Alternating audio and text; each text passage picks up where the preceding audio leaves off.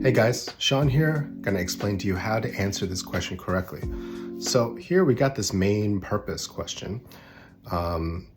And in the first sentence of this passage, we see that the riches, power, and honor of a monarch arise only from the riches, strength, and reputation of his subjects. So from this first sentence, we see that the monarch or the king, that the riches, power, and honor of the king, these things come from the riches, strength, and reputation of his subjects or his people. And then when we look at towards the end of this passage from whereas, the whereas indicates this is going to show contrast, right? So whereas in a democracy or aristocracy, so already it's kind of contrasting with some kind of government. So the first sentence talks about a monarchy, and then in this sentence, it's talking about a democracy or an aristocracy.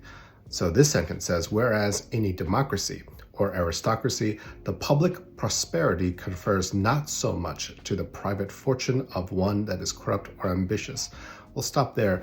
And we see that the main difference that this passage is trying to, distinguish is that the public prosperity, it doesn't get bestowed as much to one who is corrupt or ambitious.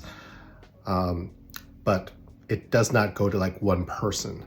So it kind of shows us that in the first sentence, we see that the people's riches, power, and honor, these things can go to the king, or at least all those things that belong to the king, it comes from the people. But in a democracy or aristocracy, not so much.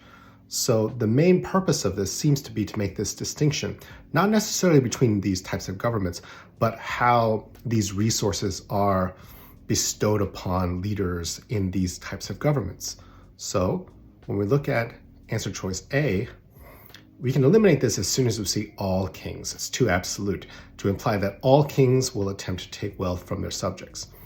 Now, Bravo seems to fit the bill because it says to express that the public's power, wealth, and reputation are more greatly bestowed to one in power in a monarchy than in a democracy or aristocracy. This seems to be true based on these two sentences. Charlie, to distinguish the main difference between the two types of government. Now, this is way too broad. It's not trying to think about like this is the main difference between a monarchy and democracy. And even if you know what those mean, it's not the main difference. But just from this context, we don't know that.